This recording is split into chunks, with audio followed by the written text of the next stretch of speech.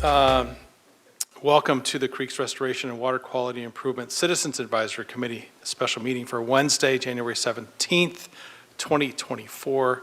I will now call this meeting to order. May I please ask for the roll to be called? Chair Klein. Present. Committee Member Owens. Committee Member Heller. Present. Committee Member Gaskin. Present. Committee Member Murray. Present. Committee Member Burdette. Present. Thank you very much. Next, we will ask for a motion for the approval of minutes from December 13th of 2023. Our recommendation is that the committee waive the reading and approve the minutes, obviously without the reading of them. So I may ask for a motion. So moved. So moved. Thank you. And may I have a second? Second. And do we need to vote by screen or do we vote audibly? Audibly for now. Yeah, that works for me. Great. All in favor, please say aye. Aye. Aye. Aye. Any opposed or abstentions? Hearing none, I would say that this has passed unanimously. All right, we have any agenda adjustments this evening and or any public comment? Sounds like no to both. So we're going to move into committee member and staff communications. We have, that first, so I'll ask for that communication. Thank you.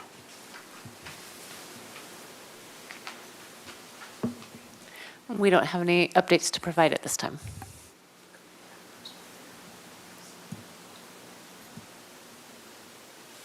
Sorry, I didn't hear you. We have Oh, do we want to put that on the subcommittee appointments or introduce it now? Well, you've got staff communications and committee member communications, so Oh, I'm, okay, great. Well, I'd like to make a motion that we have a science and monitoring subcommittee.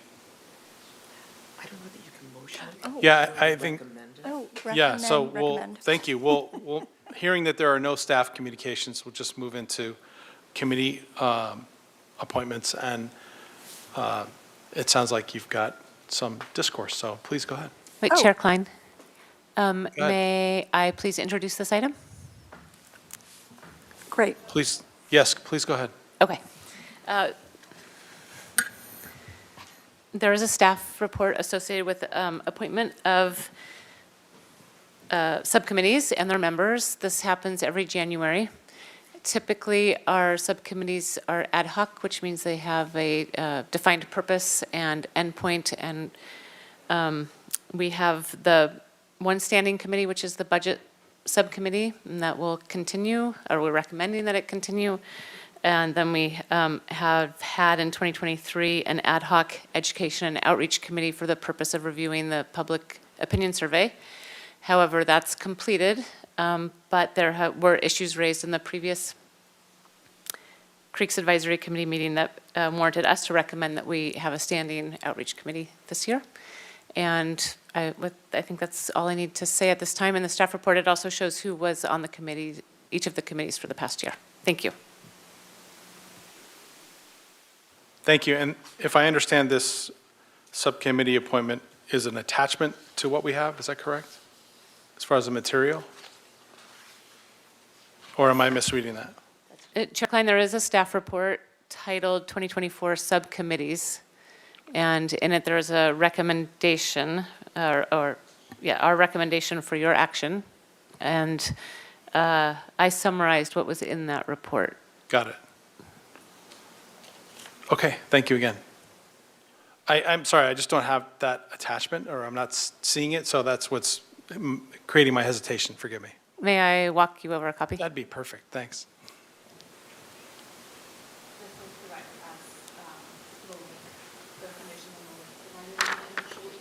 Perfect, thanks. Sorry I didn't bring it with me.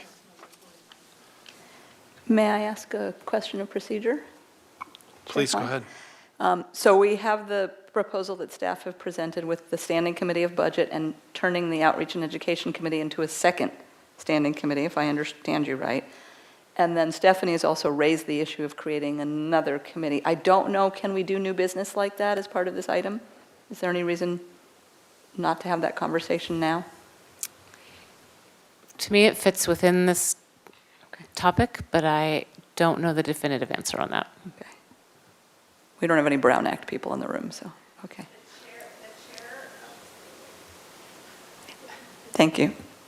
Hi.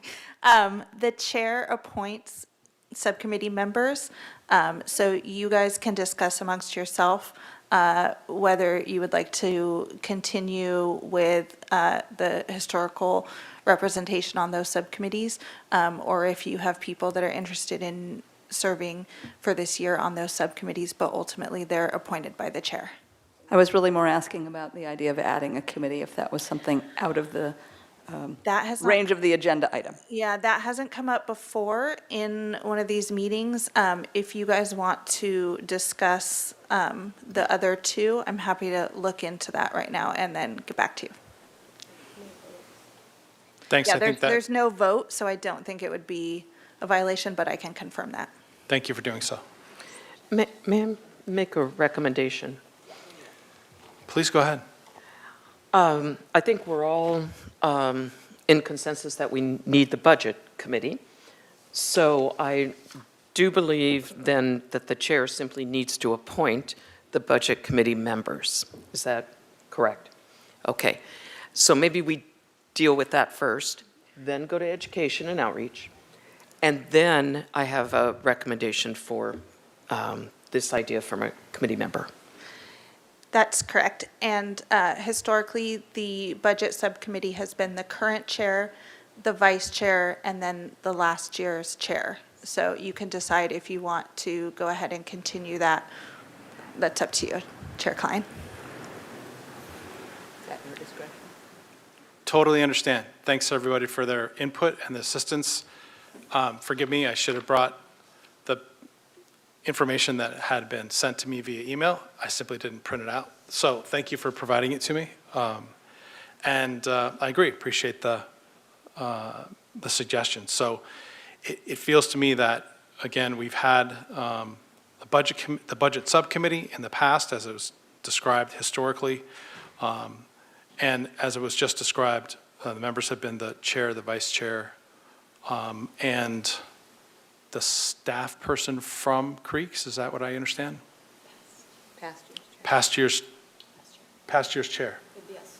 Got it. So I would agree. I guess as a question of order, do we need to create a motion for this, or we just need to identify that that's what we're going to continue to do? Great, you're appointed. So we're going to go ahead and agree to appoint to the Budget Subcommittee for 2024 subcommittee members Lee Heller, Chris Klein, and Penny. No, you didn't break it, I'm sure. It's off. So, thank you. Then additionally, if I understand it correctly, historically, there's also been a Education and Outreach Subcommittee, which has been an ad hoc, thank you very much, ad hoc subcommittee for education and outreach. The members that were a part of that ad hoc subcommittee in 2023 were Lee Heller, Penny Owens, Sophia Silva, and a staff member, Liz Smith. So my recommendation is that we continue to have an education and outreach subcommittee in an ad hoc style. And I guess I would just like clarification on who is volunteering to be a member of that, so that I don't assign someone who would rather not do it. I would be interested in being a member if there's a space. Great, thank you. Chair Klein, I'm happy to hand over my seat since I'm already serving on the Budget Subcommittee. Okay, I didn't know if there was a maximum number for that. So- I have no idea. Looks like There it's is. 3, So that should work. less than a quorum. And I would Makes also sense. be perfectly happy to step off and have somebody else if they prefer to do it. Okay, is there any rule for the chair to be on the subcommittee? Any rule against that? there's no rule against it, but it is not required. Okay. Well, I too would appreciate being on this ad hoc subcommittee. So then I'm hearing it's myself. Remind me your name, I'm sorry. What's the last name? I couldn't hear you. Burdette, that's what I couldn't remember, Ann, thank you so much. And so that's two, that's less than three. Do you have anybody else that would like to join that subcommittee as well? If not, I'll do it if no one else wants to, but I wanted to make the space for another committee member if they wanted to do it. appreciate it. So I think we're accepting your volunteering again. Appreciate that, and that'll be those three. That'll be now a part of the Education and Outreach Ad Hoc Subcommittee for 2024. I think our intent will be to come up with a series of dates for that subcommittee to meet, but we'll push that to another time.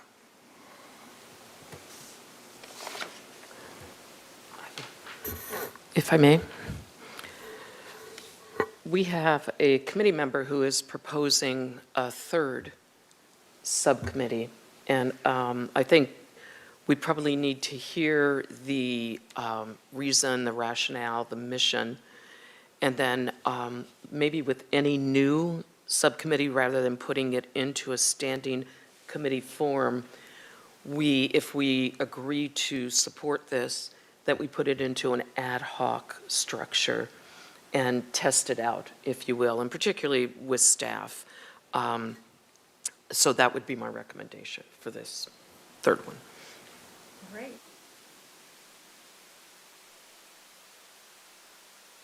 Thank you. Thank you.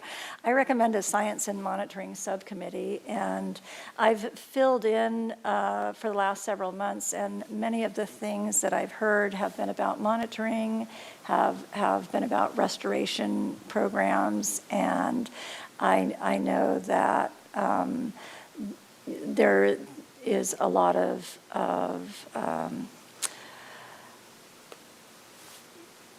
hydrology that may be coming down the road, and I think that both Lori and I are scientists, and I think it's would be wonderful to be able to have people on this committee be able to look over things and interact and I think we could provide a benefit to this program. Thanks for your recommendation. I certainly agree. I think it makes a lot of sense, and I'm sure that there'd be a lot of benefit that would come from it. I think the thing that I would only wait for is the confirmation as to whether or not that we can just say we want another ad hoc committee and make that happen.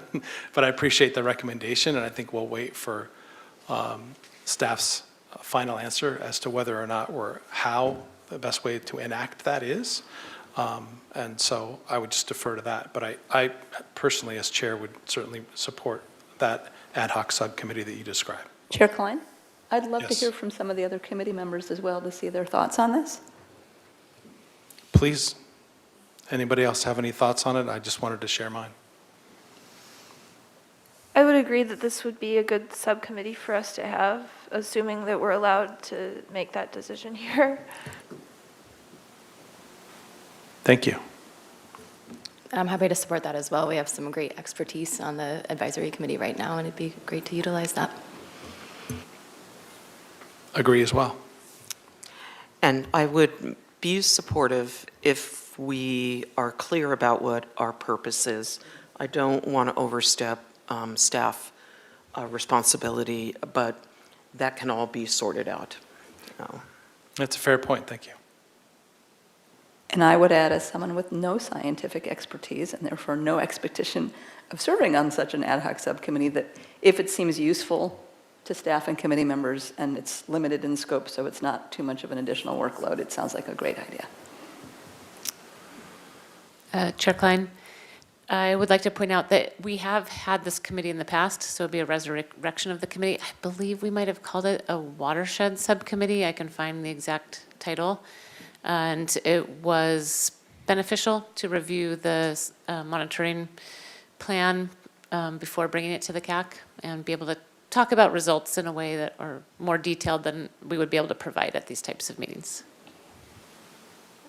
I appreciate the history, thank you.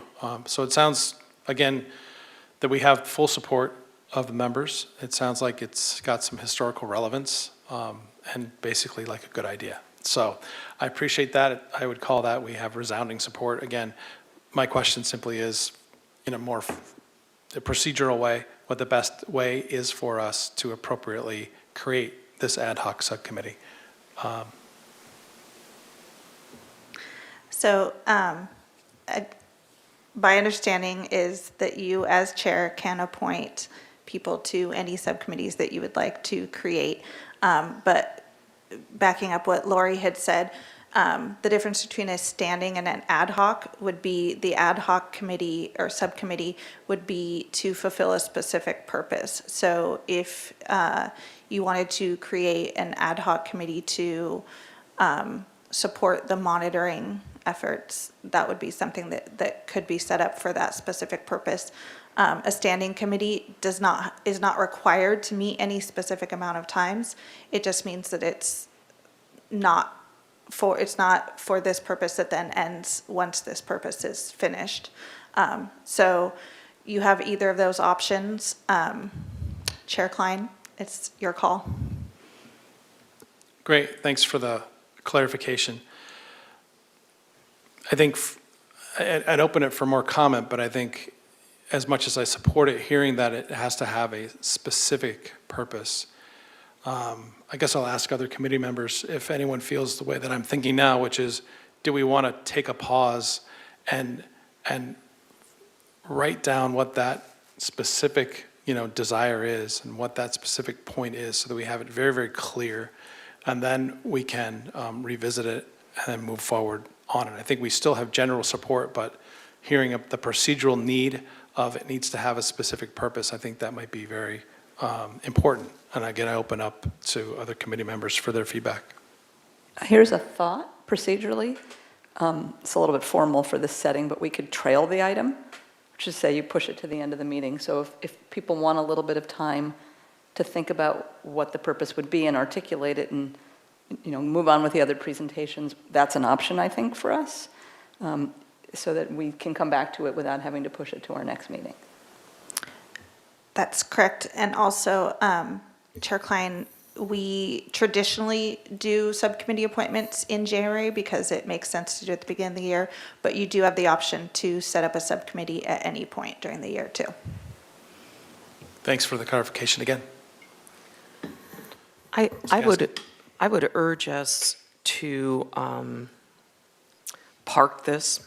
It's not a formal issue, so we can't table it. But then to ask the initiator of the recommendation, maybe to dialogue with Dr. Murray and see if there is a utility and if there could be some guidance or assistance from staff on what the committee, and I'm still advocating for ad hoc just to see how it pans out, but what the committee might be useful for. I would be willing to do that. Thank you. Any other comment? Right, well, I tend to agree with your comments, Ms. Gaskin, and feel that, we can, to use an old phrase, circle the wagons and have some detail put forth and brought to our next meeting so that we can have a complete understanding of the point of this ad hoc committee, and then hopefully move it forward. I will not be here at the February meeting. Would you be able to provide the chair just your recommendations in writing and then we can review them? Yes. Is that appropriate? Yes. Perfect. I would really appreciate that. Is it appropriate to nominate someone for a committee when they're not here? Because I know that was an issue last month. It's a good point. I was trying to nominate people for committees who were not.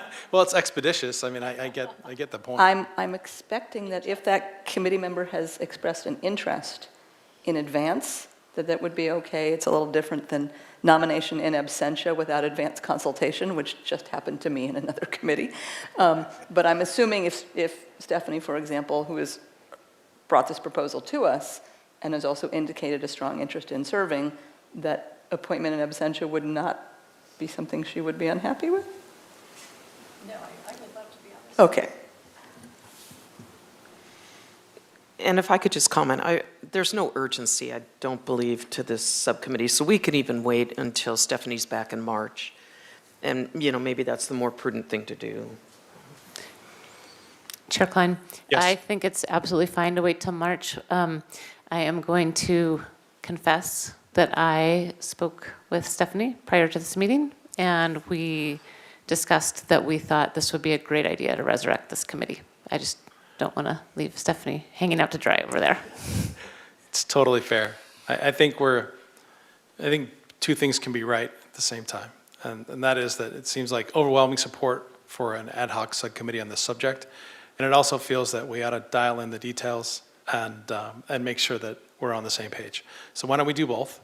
And I look forward to getting some written comments from you. Thank you so very much. And our intention, as I hopefully wrap this up for this topic, is to come back in March and finalize it. Fantastic. Thank you. All right, I think we're ready to move on to business items. Would that be correct? That is Fantastic. correct, and the first business item will be our Water Quality Code Enforcement Program update, presented by Liz Smith, who is our Community Engagement Supervisor. Thank you so much. Thanks, Jill. Good evening, committee members. We will jump right in. So the Creeks Division is tasked with enforcing the Santa Barbara Municipal Codes, Title 14, Chapter 56, which prohibits pollution to water courses, as well as prohibits pollution to the storm drain system. So some examples of common pollutants that we respond to include wash water, trash, automotive fluids, and human and animal waste. We receive reports of water pollution through the Creeks Division's pollution hotline. The phone number is 805-448-0117. We also have a reporting form on our website at sbcreeks.com. And the city recently launched an app called SB Connect, where you can report a variety of issues and concerns, anything in the city basically, but that includes water quality, pollution, and creek concerns. So people can reach us that way as well. The city's SWIMP, or stormwater permit, that you'll hear more about from Jim, requires that we respond to all reports within 24 hours, but our goal is to investigate all of reports immediately. And in fiscal year 2023, which was July 2022 through June 2023, we responded to 100% of those calls on the same day, and that is also true of fiscal year 24 to date. So where are we hearing about these pollutants from, these illicit discharges? So you can see that the Creeks Division and other city staff are by far the most frequent reporters of illicit discharges, and that is not by mistake. We also train city staff, particularly field staff who are out and about throughout the city on a daily basis, to recognize illicit discharges and to report them to us. So we really appreciate having their eyes all over the city, in addition to our own. And then we also hear from residents and outside agencies. So if County Project Clean Water receives a call, but it's within the city limits, they will pass that along to us to respond. So let's see. The fine structure, so when we receive a report, staff responds and investigates. If it is in fact an illicit discharge, the next question is, can we find the responsible party? And if we do, we communicate that it's a violation of the municipal code, let them know what they need to do to abate the issue. And you can see with the first offense, it is a warning. And you can see the escalation if they don't meet our abatement deadline or if we have repeated violations within the year. And this next chart shows how many reports we received so far this year, along with the past few years. You can see that we very rarely have cases escalate to fines being issued. Usually the first warning is enough. People are pretty responsive in correcting the issue. And even a fairly limited number of NOVs, notices of violation, are issued. And that is because many of the calls do not end up being an illicit discharge, or we cannot find the responsible party. And then discharge sources. So we look at were the sources from a restaurant, an automotive business, construction, illegal dumping, and this can kind of help us target outreach to a particular business type to help them understand their actions have a potential to pollute water quality. So that is helpful and interesting information for us to look at each year. And now I have some photos to share with you of some recent enforcement calls we responded to. And so these are both wash water. At left, there was some power washing, and that's a pretty frequent report that we receive, and that might be power washing of a building or the sidewalk or a patio. This one was, you'll see another photo later, a roofer had spilled some roofing glue and then they were power washing it down. They did end up collecting this water and disposing of it properly. And then at right, I believe, was dumping of mop water in the gutter. So those are kind of common discharges that we see. Here are some automotive discharges. At the left, you can see fire had put down some absorbent material and then came back and did clean that up. In the middle photo, there was a spill and kitty litter had been put down to absorb it. So those are kind of frequent discharges as well. Construction sites, so at the left we have concrete slurry. At the right, you can see that roofing glue that spilled that was then cleaned up. And then, of course, sanitary sewers, there might be an overflow, or at right, you can see, this is last January, I believe, when a tree came down the creek and knocked out this sewer line. And once it was discovered, wastewater responded very quickly and got that repaired. So another part of the program is related to illegal dumping and encampment cleanup. And most encampments and cleanup needs are discovered by creek staff when they're out in the field, whether collecting water quality samples or doing creek walks or cleanups. We'll often find kind of trouble areas. We also receive reports from residents and other city staff. And the responsible party for these types of issues are pretty rarely found. But we have hotspots that we visit very frequently. We have a cleanup contract. We work with a contractor and they visit these hotspots. You can see these along Mission Creek, kind of downtown, Sycamore Creek. This is Laguna Channel, and then Arroyo Burro around State Street and Hope Avenue. Those are just kind of spots where our contractor is visiting anywhere from once a week to once a month, depending on the need. They also conduct beach cleanups, several beach sites every week.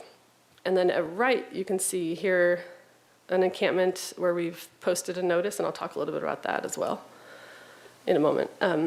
So a couple of illegal dumping sites. These are Laguna Creek under the freeway, and then Mission Creek at Islay Street. And these are a couple examples of spots that our contractor is visiting weekly. And also our department's trash and recycling division would respond to items like this that are up on the street that haven't made it into the creek, hopefully before they make it into the creek. So we're all working very closely to try to keep our community clean. A few more examples: Arroyo Burro at Hope Avenue, Modoc Road, Mission Creek through the downtown corridor. You can see this one is up above the Caltrans channel, and this one was along Castillo Street. And here is along Euclid Street, and another one in the concrete channel. The Caltrans channel is pretty dramatic. So we're glad to get our contractors in there very frequently to clean up this mess. And a couple hazards encountered during cleanups. I'm not sure where Natalie put these photos together for us before she left, and I'm not sure where the bear trap was. But we ask our contractor to, have appropriate sharps containers to collect these items and dispose of them properly. And the process for posting and cleaning up encampments is we we post this notice that you can see here an example of, and we give 72 hours to allow the occupants time to take their belongings. And once the 72 hours is up, the contractor cleans up the site. Any items of value are collected and taken to our storage facility and stored for 90 days. When there is rain in the forecast, we are able to do an emergency cleanup, and that's more like a 24-hour to 48-hour cleanup. So today, our staff were out speaking to folks that are in encampments in the creeks and letting them know that rain is on the way this weekend. We're going to be doing a cleanup on Friday. So try to get them to move before all of these items are washed downstream. And just our kind of overall cleanup results, you can see we've kind of fluctuate around 100,000 pounds a year. That was the end of my cleanup presentation. And I did want to share that with this move to sustainability and resilience, you guys have been hearing a lot about changes to the division and the department. And we previously had one outreach coordinator in the Creeks Division and one code enforcement officer in the Creeks Division. And with this new department, we have established a new community engagement division.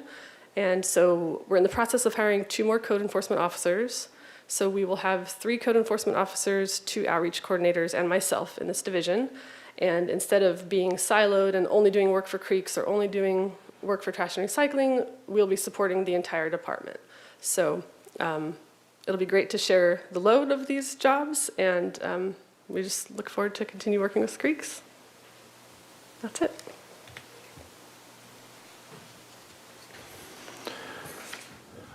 Liz, thank you very much for your presentation as usual. I wondered if there are any questions from. Chair Klein? Yes. Just wondering if Sustainability/Creeks and our new identity ever partners with Heal the Ocean on any of their cleanup efforts?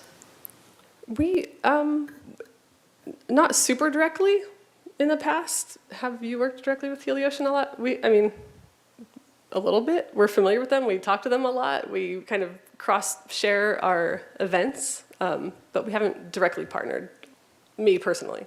I mean, they have a tendency to go out more on an ad hoc basis. They hear about, and it's not necessarily in the city, it might be county beaches, but they get pretty fired up. Yeah. And there might be an opportunity there at some point going forward. Sure. Thank you. Committee Member Heller, there was one incident last year that Heal the Ocean did help with. There was a sailboat that washed up on the beach, and then it happened to wash right into the lagoon in front of the bird refuge and then disintegrate. And so there was microplastic inside the lagoon, but then also along the beach everywhere. It was kind of sloshing in and out of the lagoon. And Mr. Rabin at Heal the Ocean put out the call to get volunteers out there. I did not hear how much material they were able to remove, but we very much appreciated it.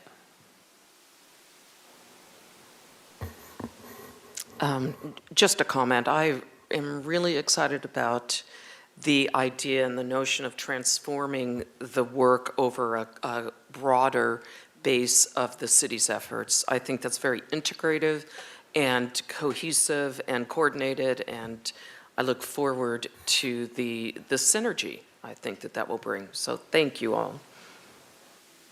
Thank you.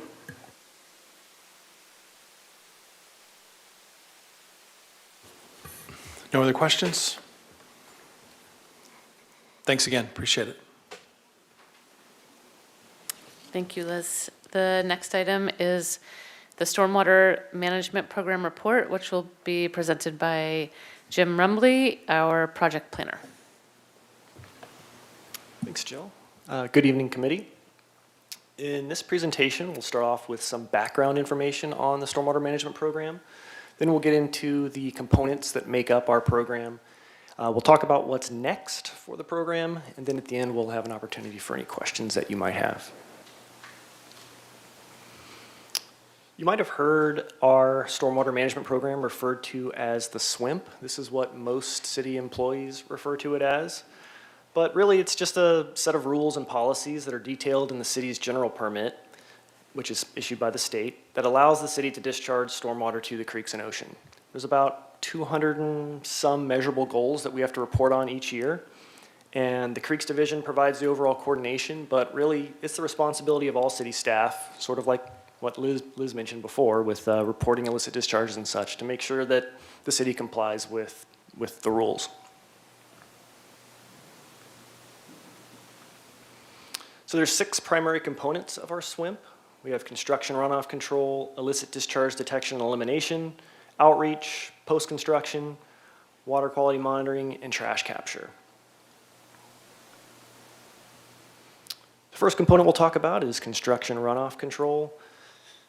For most construction projects, you need some type of erosion and sediment control. This is primarily the purview of our Building and Safety Division. So whenever you're proposing any type of construction, you need to make sure you demonstrate how you're going to keep sediment on site during a storm. And these erosion and sediment control plans just identify where these control measures will be located. So once they're approved, the building inspectors can go out and make sure they were installed properly. Last fiscal year, over 390 erosion and sediment control plans were reviewed during plan check process, and then 745 inspections were performed in the field. The city is also required to keep a record of all active permits that are required to have this erosion and sediment control plan. Here is an example of a handout that applicants receive to help them with their erosion and sediment control plans. It includes such things as where to place sandbags around storm drains and covering your dumpsters and your stockpiles on site. And it's a good idea to also put sandbags around your site and straw wattles. And you might want to have an area, if you're going to have concrete pumping on site, where your concrete truck can wash after they're finished. I won't talk much about this component. Liz talked in detail about it. I don't think there's anything new on my presentation. Outreach is another component, and Jen and Liz probably know a lot more about it than I do, but basically we're required to implement education and outreach related to improving creek and ocean water quality, and there's many measurable goals. I think Liz has reported for years on this, and I think she has the most measurable goals of any city staff member to report on. The outreach coordinators are responsible for giving presentations in schools and coordinating volunteer opportunities like beach and creek cleanups. There's also Creek Week events each year that include restoration site tours with the Land Shark, events at the creek like Coffee at the Creek, and this year we also did a native plant installation. We're still doing the TikTok-inspired media campaign, We're All the Solution to Water Pollution. Hopefully you've seen some of those ads and love that catchy jingle. We're also required to do a public awareness survey every 5 years, and that was just completed recently. The next component of our program that I'll talk about, and I'll talk about this one the most since this is what I do for most of my job, it's basically the ongoing treatment of stormwater after a construction project is completed.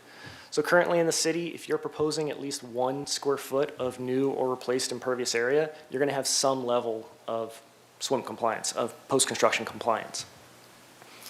And so, some of the examples that we see that applicants propose are permeable pavers, impermeable concrete, bioretention systems, retention basins, underground storage, and cisterns. We'll talk about those in a minute, show some photos and talk about some examples. But some of the projects you might be familiar with, the new police station, De La Guerra Plaza, Paseo Nuevo, the zoo, the new La Cumbra Plaza redevelopment project, the library, and the Modoc Las Positas bike path. Those are all either Tier 4 or Tier 4 projects, Tier 3 or Tier 4 projects. So our largest or greatest levels of SWIMP compliance or post-construction compliance. And last fiscal year, staff reviewed over 900 plans for compliance, just to make sure that all construction projects are going to be in compliance. Recently, we had some pretty significant changes to the post-construction requirements. These were approved by council in 2021, also approved by the Water Board. And the Water Board confirmed that the changes would maintain the level of water quality protection as the old requirements, either equal or better protection with the changes. So the changes resulted in a more flexible, equitable, an effective program while ensuring that we continue to comply with our permit. Previously, tiers were dependent not only on new and redeveloped impervious area proposed, but also where the project was located and the level of review that was required. So basically whether the project had to go to planning commission or not. This was pretty confusing for applicants, and most times it was staff determining what tier, and it can really slow the process down. So now the projects are only dependent, or the tiers are only dependent on the amount of new and redeveloped impervious area that's proposed. And this has been a very welcome change by applicants. Stormwater infiltration is required for tiers 2, 3, and 4. So just briefly to talk about the tiers, tier 1 is projects that propose 1 to 500 square feet of new and redeveloped impervious area. Tier 2 is projects that propose 500 to 2,000 square feet. Tier 3 is 2,000 to 15,000 square feet, and Tier 4 is 15,000 square feet or greater. With Tier 3 projects, that's really the big step between Tier 2 and Tier 3. Tier 3 is you have to capture and treat the 1-inch storm at a minimum for all impervious area on the entire parcel. With Tier 4, you step up to a higher amount of retention, whereas Tier 3 is the 1-inch storm. For new impervious area on Tier 4 projects, you're looking at capturing the 2.4-inch storm. Another big change with the latest requirements is that projects now have to, for Tier 3 projects, they have to capture 95% of the impervious area and direct it to stormwater improvements. Whereas before, for Tier 3 projects, it was 100% of all impervious area had to be directed to stormwater improvements. And this has been a very popular change with applicants. It just allows some relief. Inevitably on most projects, there's an area of a parcel that's really tough to treat. Say, for example, you have a really steep driveway. It can be really tough to capture all that water and direct it to a viable treatment measure. Just to give some examples of some of the types of treatment measures that we see, permeable pavers continue to be very popular. We see two types of permeable pavers. We see what they call a hydroflow paver. That's the paver on the right. You can see that there's no joints, or no aggregate-filled joints in between those pavers. The stormwater actually percolates through the paver itself on those pavers. On the left, you have a more traditional permeable paver with an aggregate-filled joint, and so the paver itself isn't permeable, but the water can percolate around the pavers between the joints. Permeable concrete we see very rarely. But just to give you an example of what it looks like, the photo on the left, you have conventional concrete in the foreground, and in the background is your permeable concrete. And you can see how different it looks.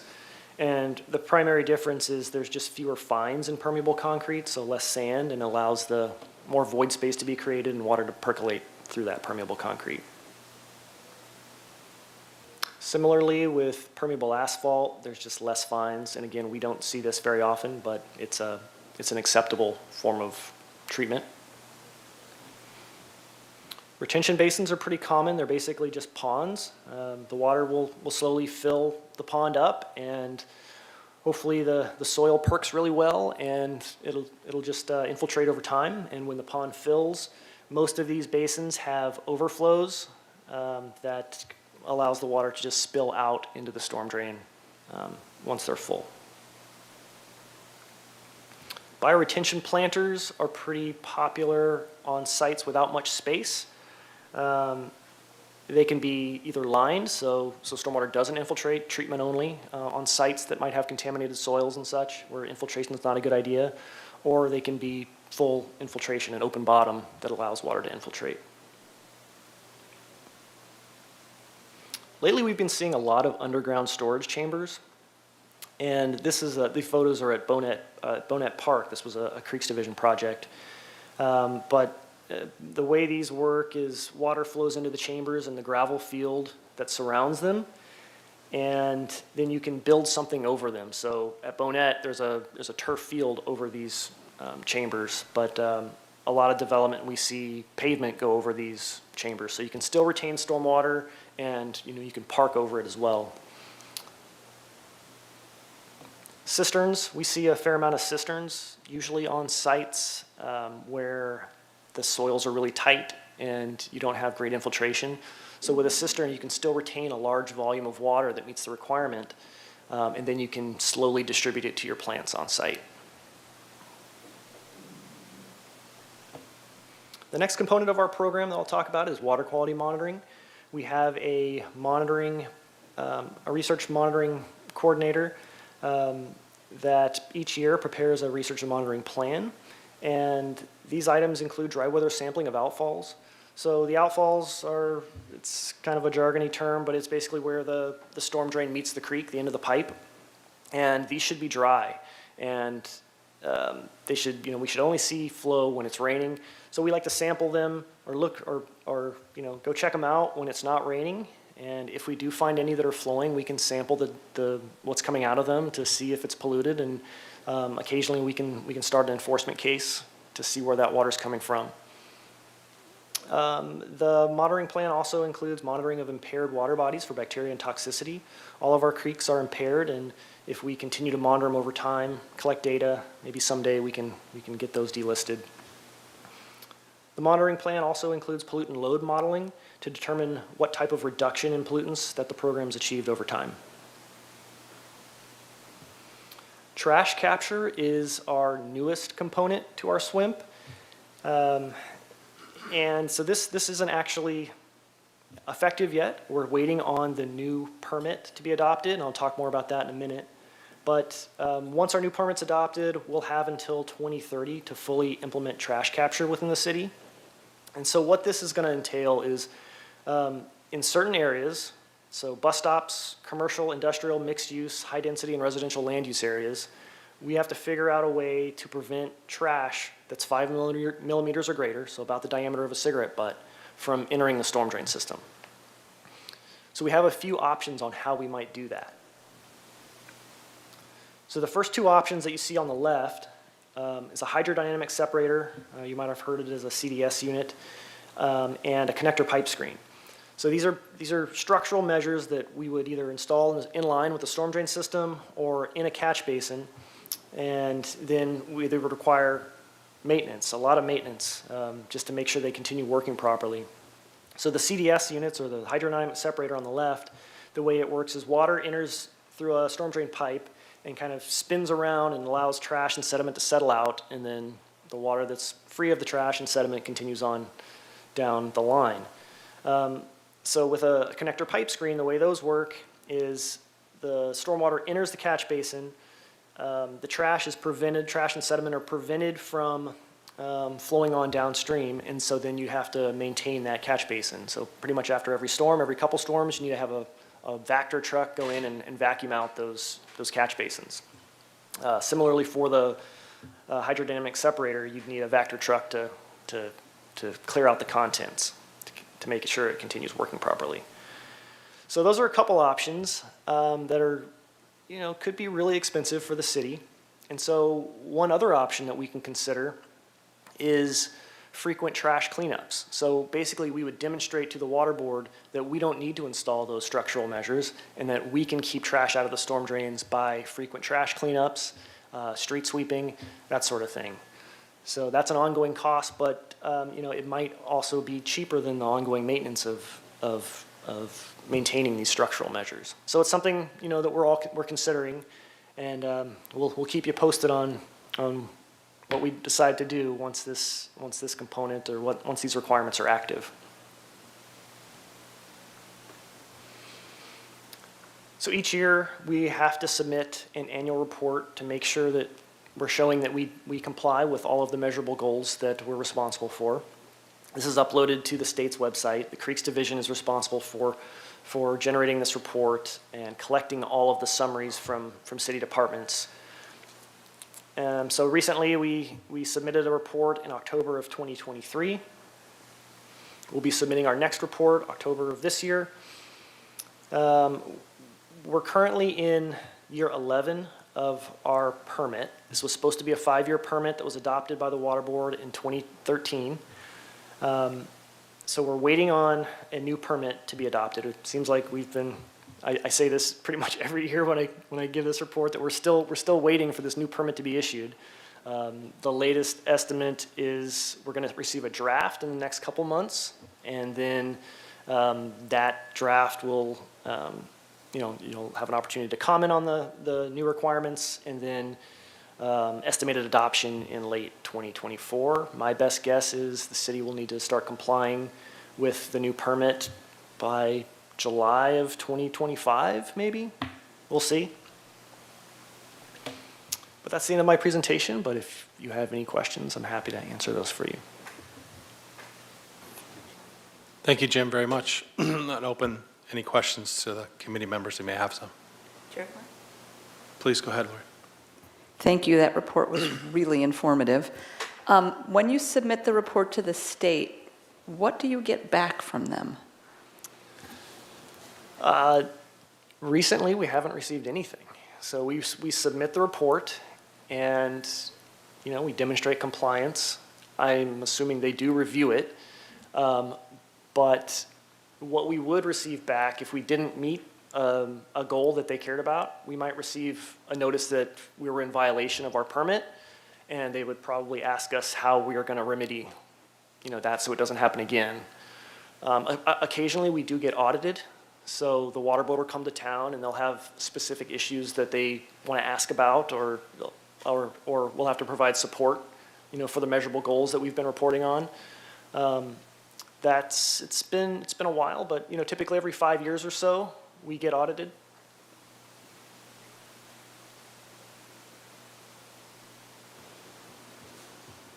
Thank you again. Any other questions from committee members? Very good. Oh, I have a question. So I was sorry, I didn't see you. curious on the dry weather sampling of the outfalls, if you also do it when it's raining at the same outfalls.